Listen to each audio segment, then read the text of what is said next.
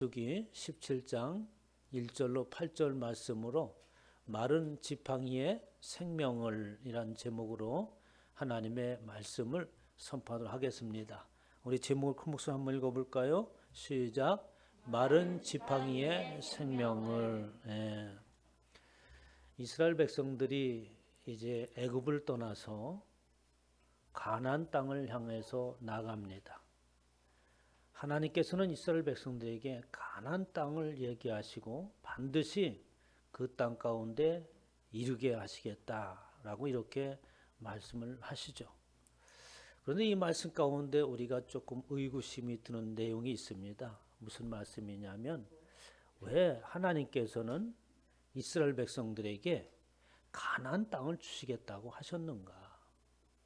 그 가나안 땅은 이미 가나안의 7 족속들이 살고 있었어요. 그러면 그 7 족속이 살고 있는데 왜 굳이 그 땅을 이스라엘 백성들에게 주시겠다고 말씀을 하셨는가?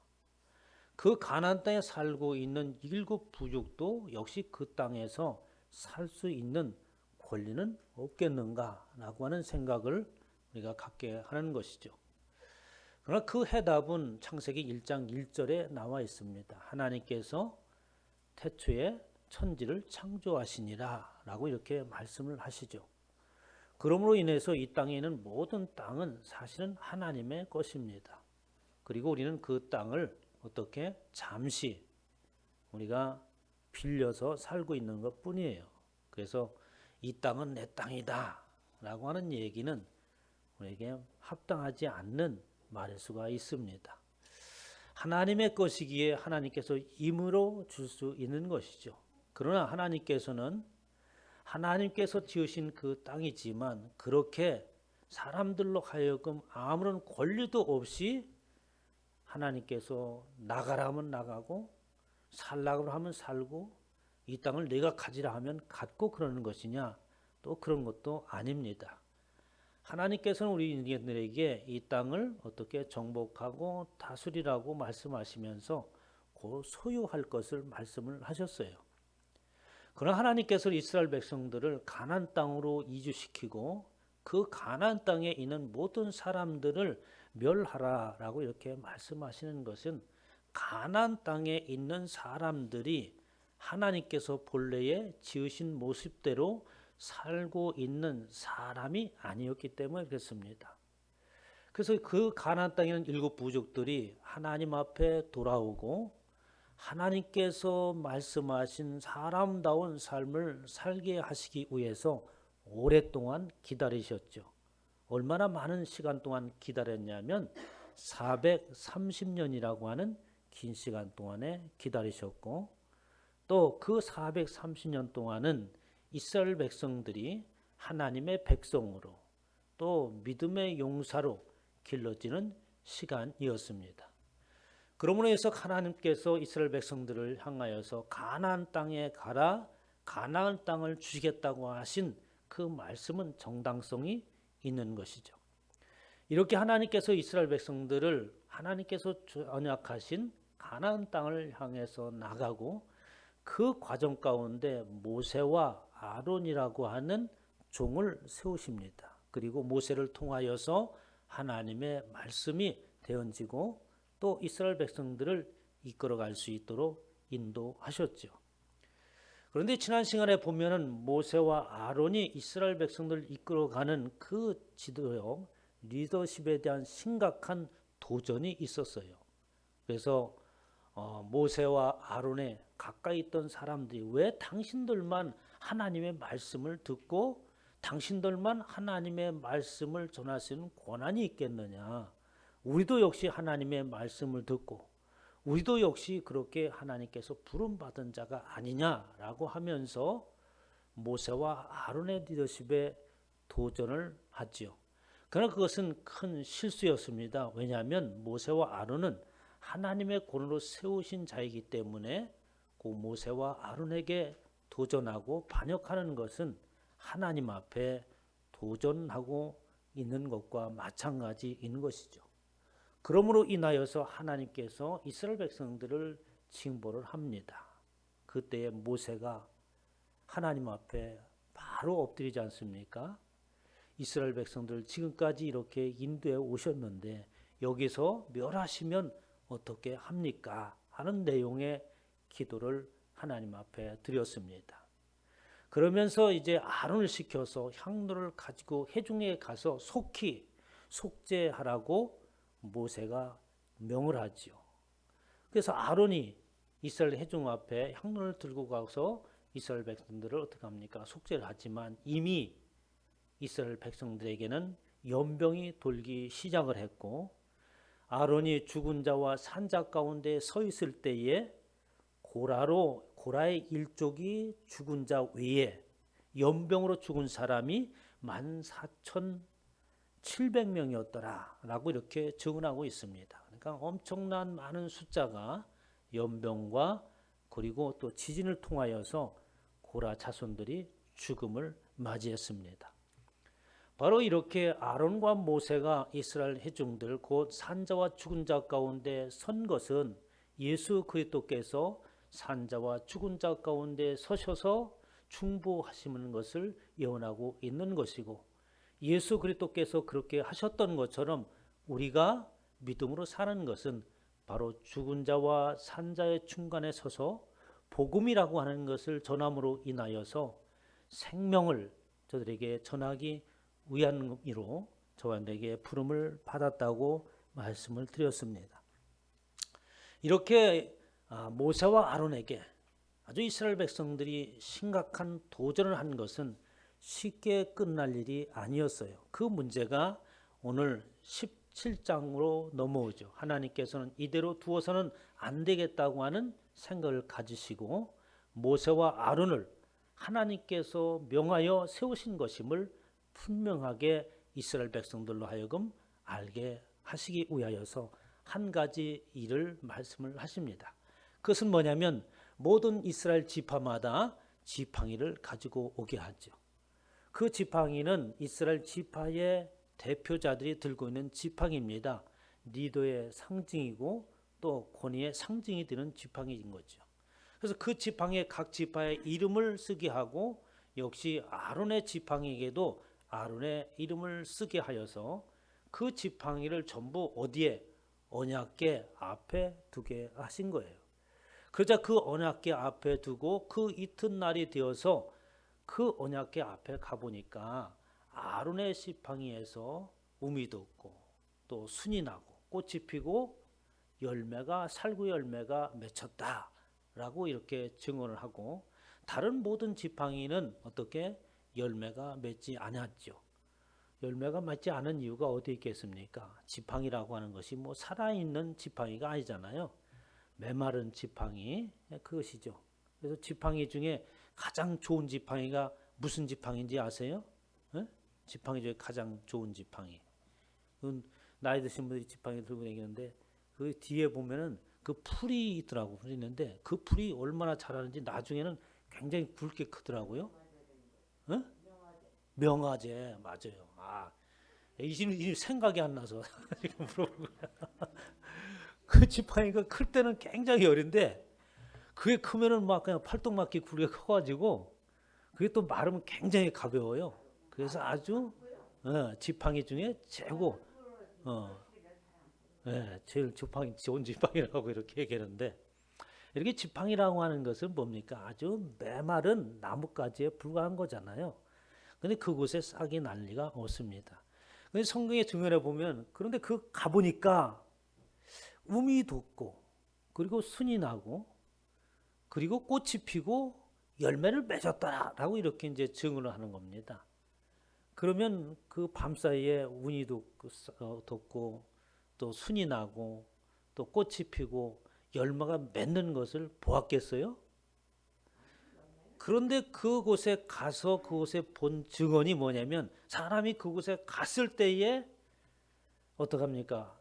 싹이 나고 우미 돋고 그리고 꽃이 피고 열매가 맺는 것을 그 자리에서 본 거예요.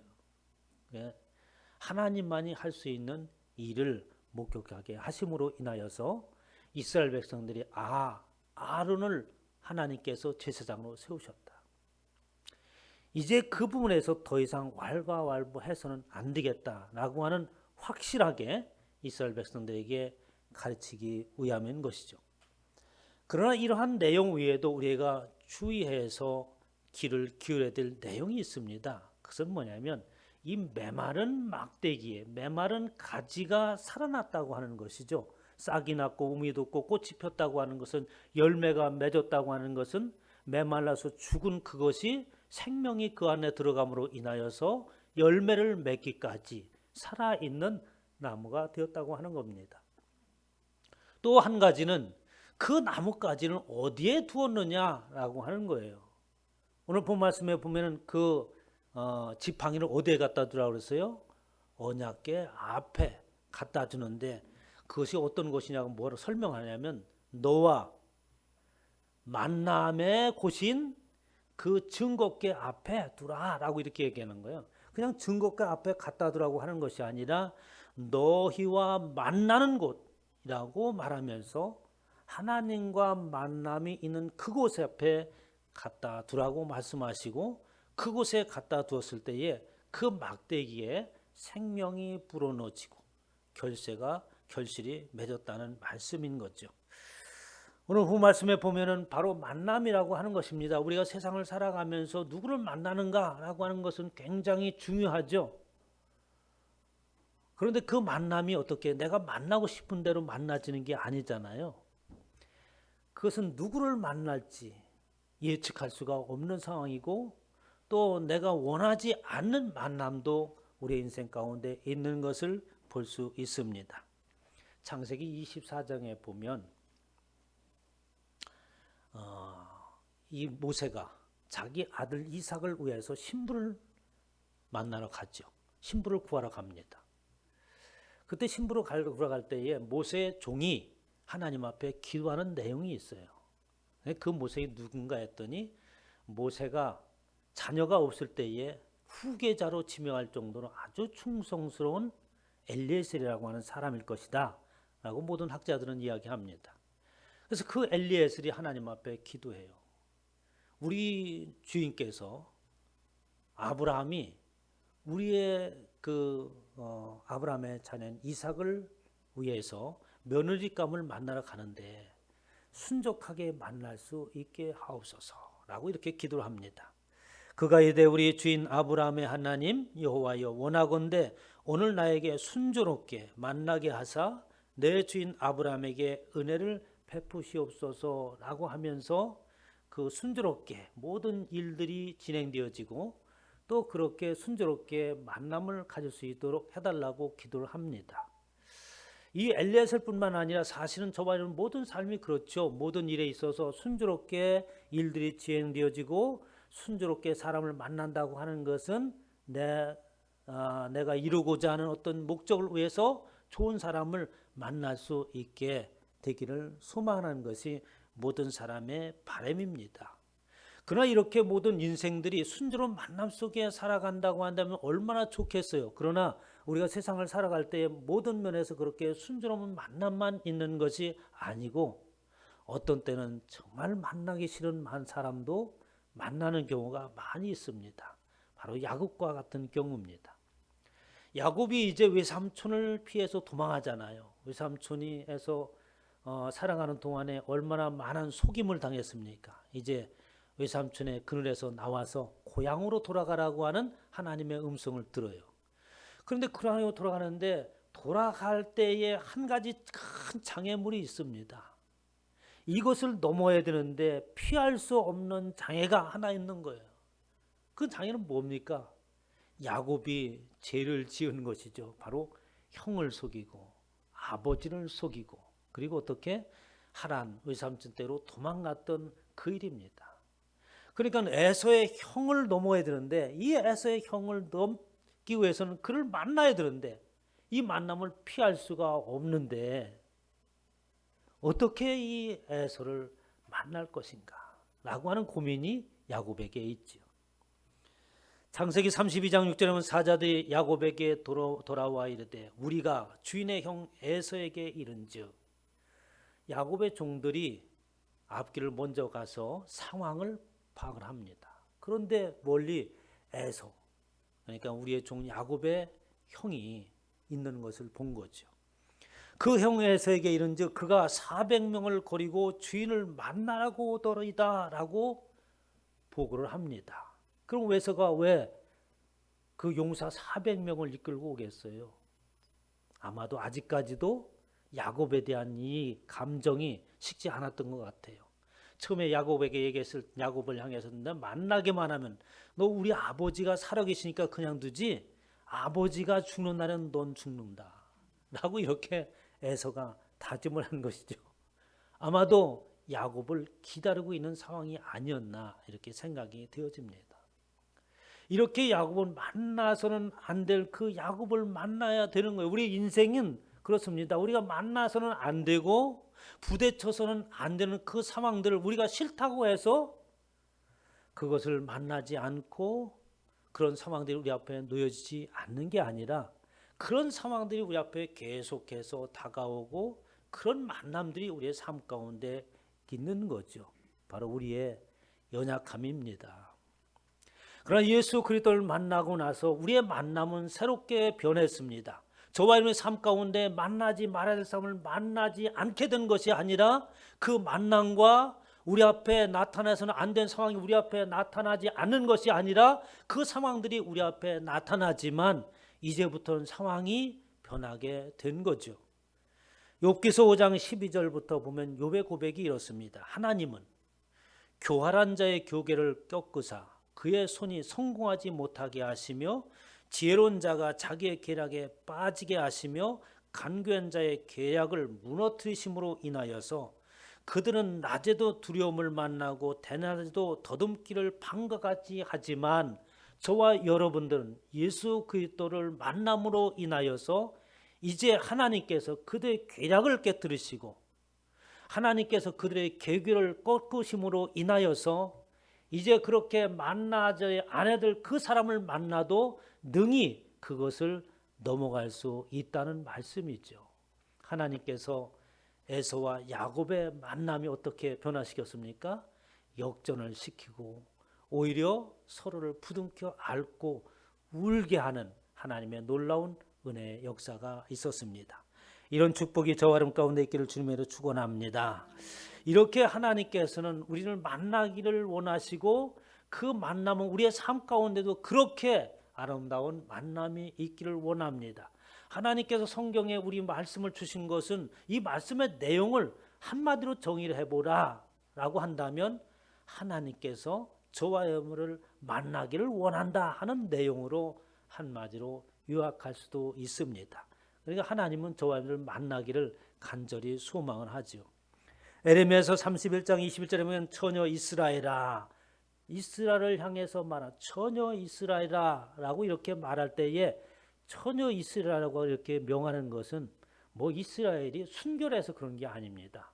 신부로 맞이할 처녀를 지명하고 있는 거죠. 하나님께서 이스라엘을 신부로 맞이하고 싶고 또 저와 여러분을 신부로 맞이하고 싶은 거예요. 너는 너의 이정표를 세우며 너의 편말을 만들고 큰 길 곧 내가 전에 가던 길을 내 마음에 두라. 돌아오라.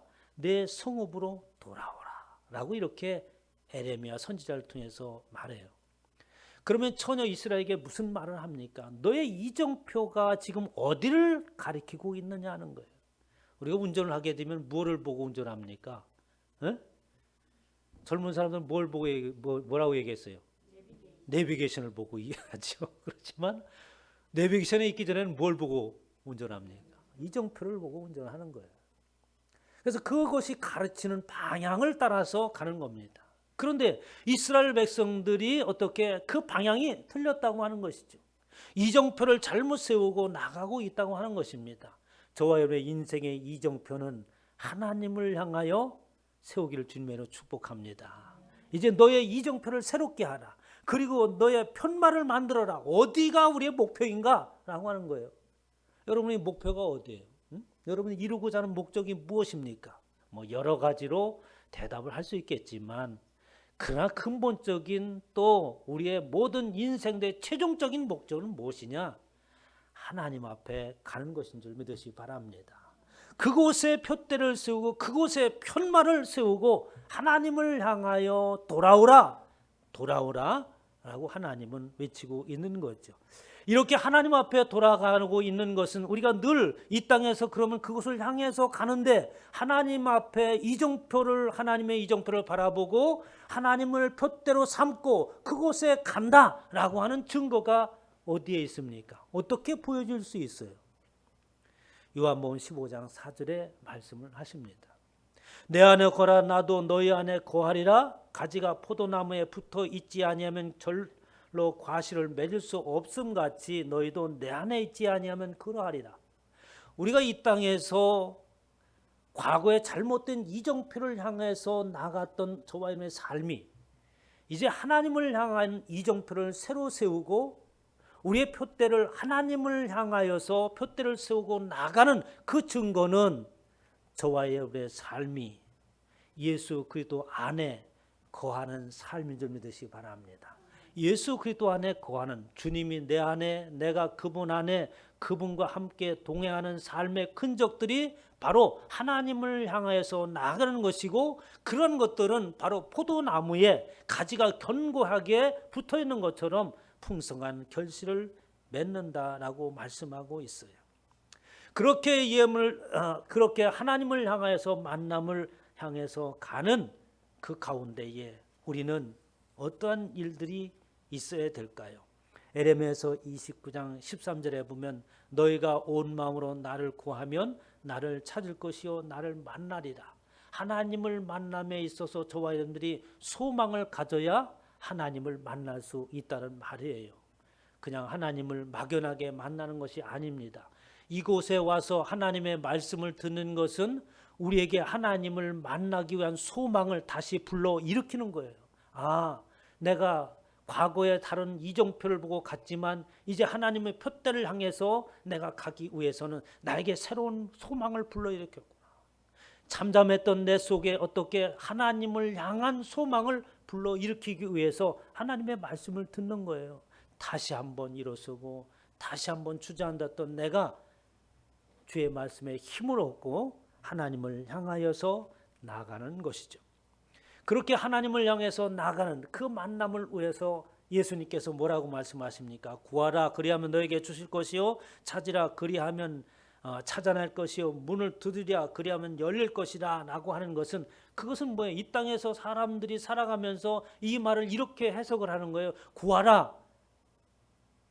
기도로 구하게 하면 뭐든지 다 준다. 네가 찾고자 하는 것들 모든 것을 다 찾을 수 있다. 이렇게 해석을 하는데 이것은 아전인수격인 해석이에요.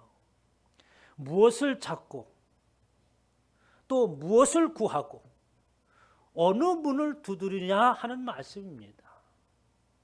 그것은 우리가 찾고 두드리고 그리고 만나기 위한 것은 바로 하나님을 만나기 위해서 구하는 것이고 하나님을 찾는 것이고 그리고 하나님을 향한 그 문을 두드리며 나가는 것이 저와 여러분 삶이라고 할 수 있는 거예요. 이렇게 하나님께서는 저와 여러분을 향해서 말씀하시기를 돌아오라, 만나기를 원한다, 만나는 것은 이렇게 만나는 것이다 라고 말씀을 하시죠. 이스라엘 백성들이 그 지팡이를, 마른 지팡이를 바로 언약궤 앞에 둔 것은 내가 너희를 만나는 곳인 그곳에 두라고 말씀하신 것은 이스라엘 백성들의 상황을 얘기하고 있는 거예요. 마치 이스라엘 백성들이 어떠한 모습이냐 하니까 마른 막대와 같은 모습이에요. 영적으로 죽어 있고 하나님께서 세우신 모세와 아론에 대해서 반항하고 대항하고 있는 것은 뭡니까? 하나님을 상실한 거예요. 하나님과의 만남이 어떻게 잊어져 버린 것이고 하나님과의 만남의 삶이 그들에게는 이미 사라져 버린 것입니다.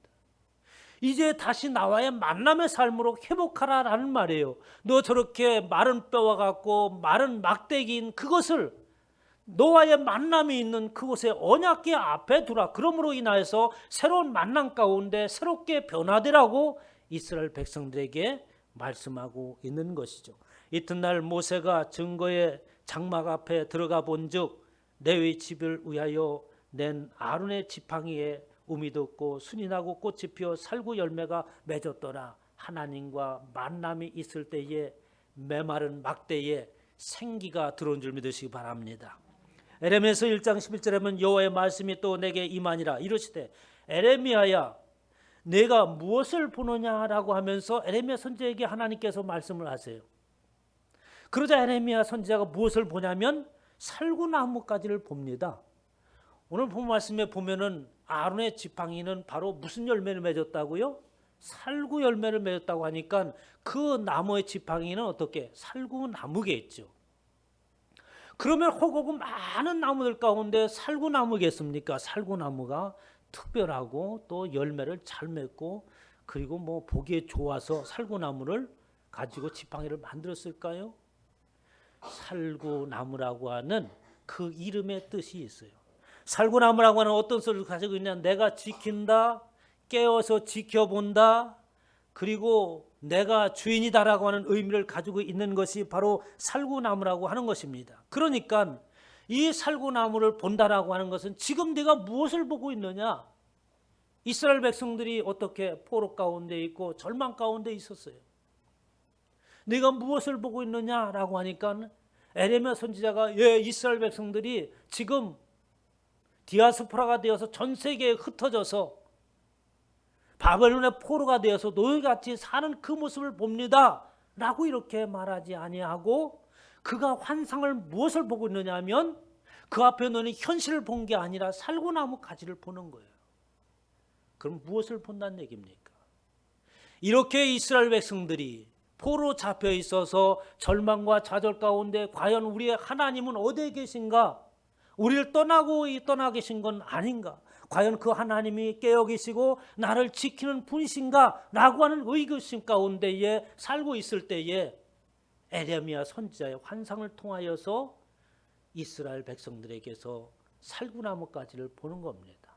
하나님께서 깨어서 지켜보시고 지키시는 모습을 보고 있는 거예요. 저원의 삶이 어떠합니까? 그런 환경 가운데 있다면 하나님께서 우리 가운데 살구나무를 두신 줄 믿으시기 바랍니다. 여호와께서 이르시되 내게 이르시되 내가 잘 보았도다 이는 내가 내 말을 지켜 그대로 이루려 함이라 라고 하면서 살구나무 가지가 보여지는 것을 해석을 해줍니다. 바로 하나님께서 지키신다는 말씀이죠. 이스라엘 백성들이 그 나뭇가지를 지팡이를 바로 언약궤 앞에 두어야 될 것은 그들의 상황이라고 말씀을 드렸던 것처럼 그 나무가 죽은 나무요 메마른 가지요 이스라엘 백성들이 그렇게 영적으로 죽어 있는 상태요 생기가 없는 것을 어떠한 모습으로 비유할 수 있겠어요?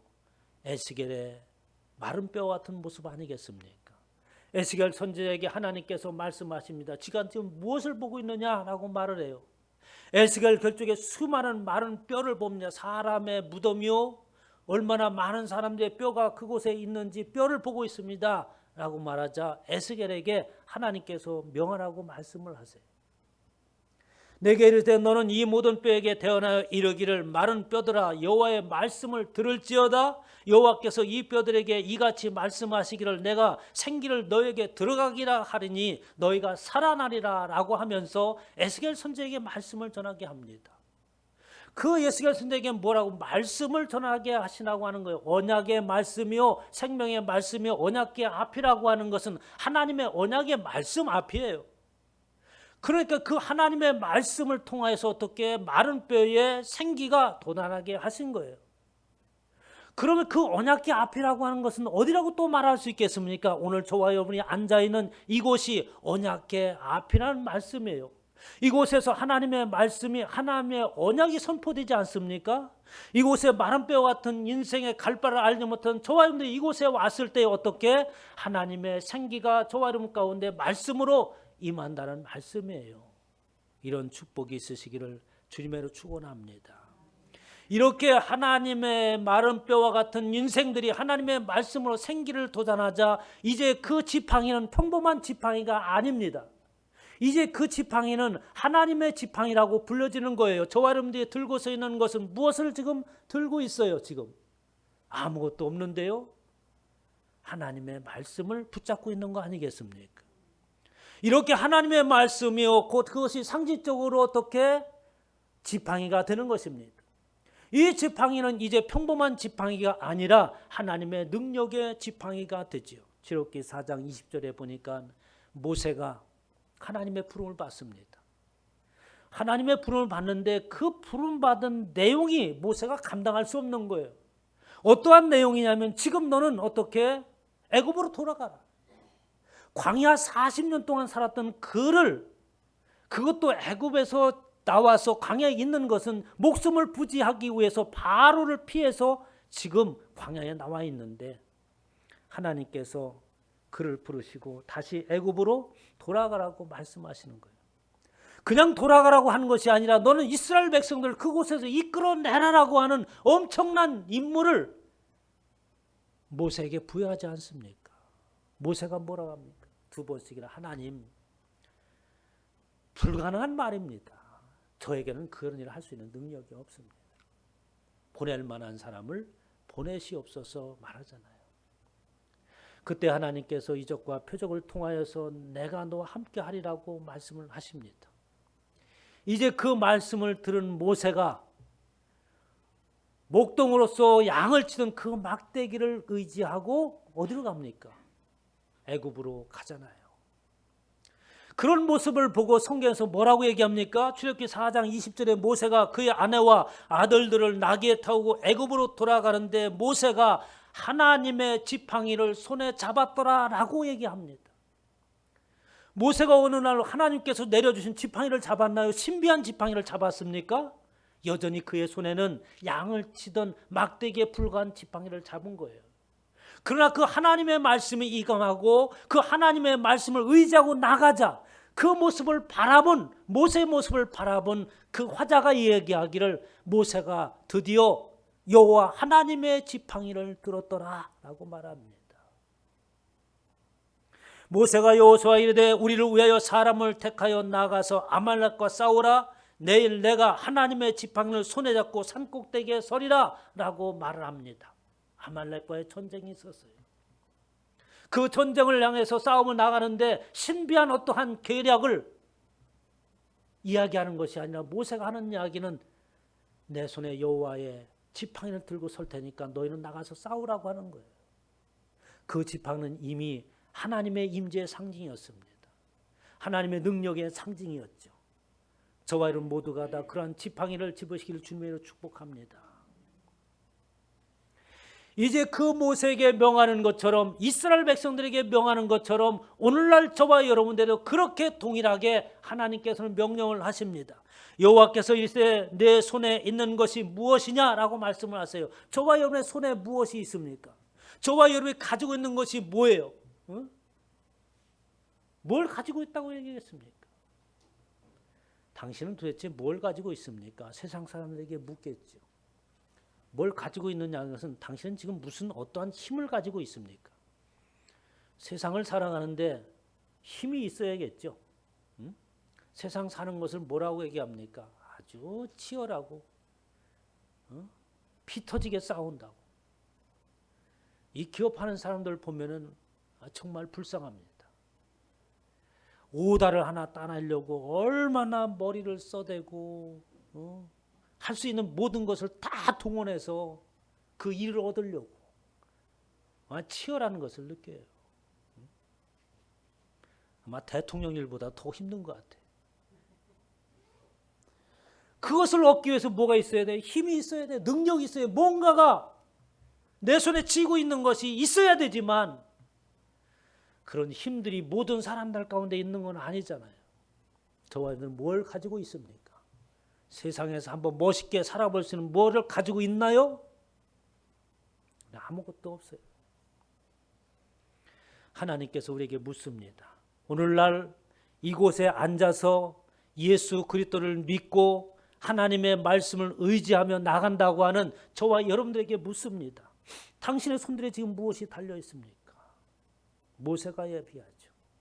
지팡이입니다. 저와 여러분도 그렇게 말씀하시기를 하나님께 고백하기를 바랍니다. 내 손에는 하나님의 말씀의 지팡이가 들려져 있습니다. 너는 이 지팡이를 손에 잡고 이것으로 이적을 행할지어다 라고 말하면서 모세에게 명합니다.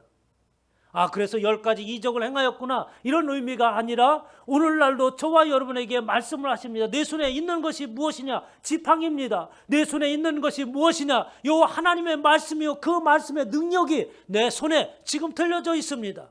너는 그 말씀의 능력을 가지고 명하고 이적을 행하라. 세상을 향하여서 하나님의 말씀으로 승리하시기를 주님의 이름으로 축원합니다. 그것은 어느 때에 그런 일이 일어나는 거예요? 하나님과 만남의 장소로 나와야 되는 거예요. 왜 이곳에 와서 예배를 드리고 하나님의 말씀을 듣느냐? 그것은 세상에서 그러한 것들을, 그러한 힘을 얻을 수가 없기 때문이었습니다.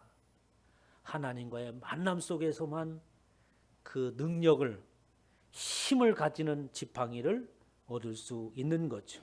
민수기 20장 8절에 지팡이를 가지고 내 형 아론과 함께 회중을 모으고 그들의 목전에서 너희는 반석에게 명하여 물을 내라라고 하면서 이스라엘 백성들이 마실 물을 냅니다.